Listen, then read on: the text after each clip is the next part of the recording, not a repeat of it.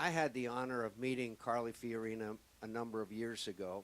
I had, of course, heard of her, and I had seen her on the cover of various magazines, and I didn't know all about her life story, but I did know that she started out as a part-time secretary and worked her way up from that position to being the chief executive officer of one of the most largest and most important corporations in America.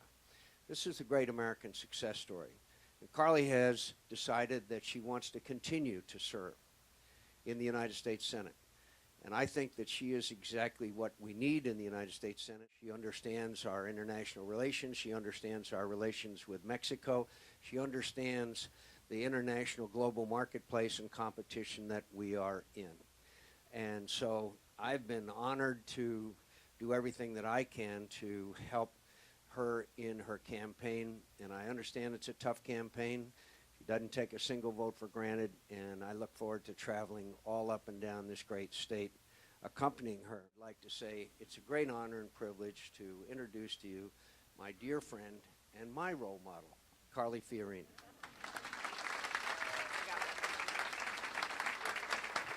The work of the U.S. Senate impacts every family and every business in America. And I fear that we are making the American dream much too hard for far too many people. Everyone should have the opportunity to live the life they choose in this country. But California is an example of what happens when government gets too big and taxes get too thick and regulation becomes impenetrable. What is happening here? Yes, we are going through tough economic times in California, but we are experiencing far more than tough economic times. So if we want to bring this state back, if we want to bring our nation back, then we have to do everything in our power to make it easier, particularly for small businesses, because they create 2/3 of the new jobs and they hire half the people in this country. So I think we have to focus on two really important things in our nation's capital. The first is we have to fight for every job, in particular fight for every small business job. So I've proposed a number of things, including Jobs for American zones, where, for example, a small business would get a 5-year payroll tax holiday to create new facilities or new jobs. But let's start by having people in Washington who actually understand the difference between a tax credit and a payroll tax cut.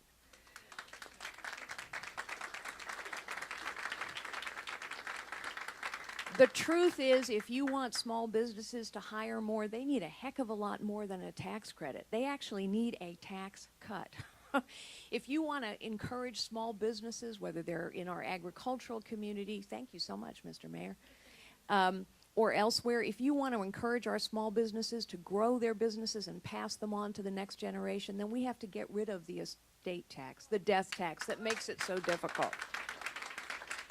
We actually have to cut federal spending, because when your debt is $12.5 trillion, when for the first time in history foreigners own more of our debt than Americans do, the only thing we can do is grow our economy and cut spending.